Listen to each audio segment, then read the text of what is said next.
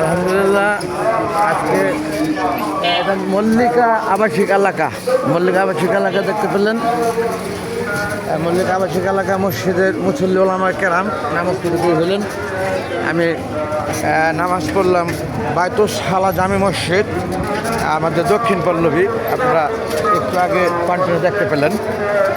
যাই হোক, আমরা মুসলমান ধর্মপ্রাণ। আজকে শুক্রবার, হ্যাঁ যাও, আজকে শুক্রবার।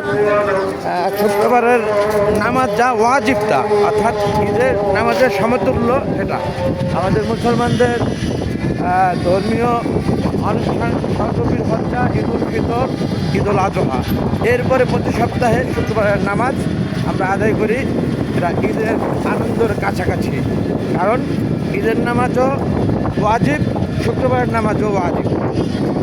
ধন্যবাদ বন্ধুগণ। আজকে আল্লাহ আমাদেরকে ভূমিকম্প দান করেছিলেন, সেটার থেকে আবার সেই রক্ষা করলেন বলে আমরা সুন্দরভাবে সালাত আদায় করতে পারলাম। পাক ছেলে মসজিদুল্লাহ সম্মান সালাত নাকি আপনার?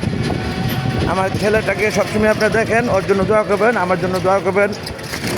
আমরা প্রত্যেকের জন্য দোয়া করি এবং পাঁচ ওয়াক্ত সালাত জামাতের সহিত আদায় করার চেষ্টা করি। অনেক ধন্যবাদ এভরিবডি। আমরা যাচ্ছি 1 নম্বর কাজিহাটে। পূর্বের পরিকল্পনা ছিল, অনেকটা পিছিয়ে নামাজ শেষ করে গেলাম। দোয়া করবেন আমাদের জন্য। আল্লাহ হাফেজ।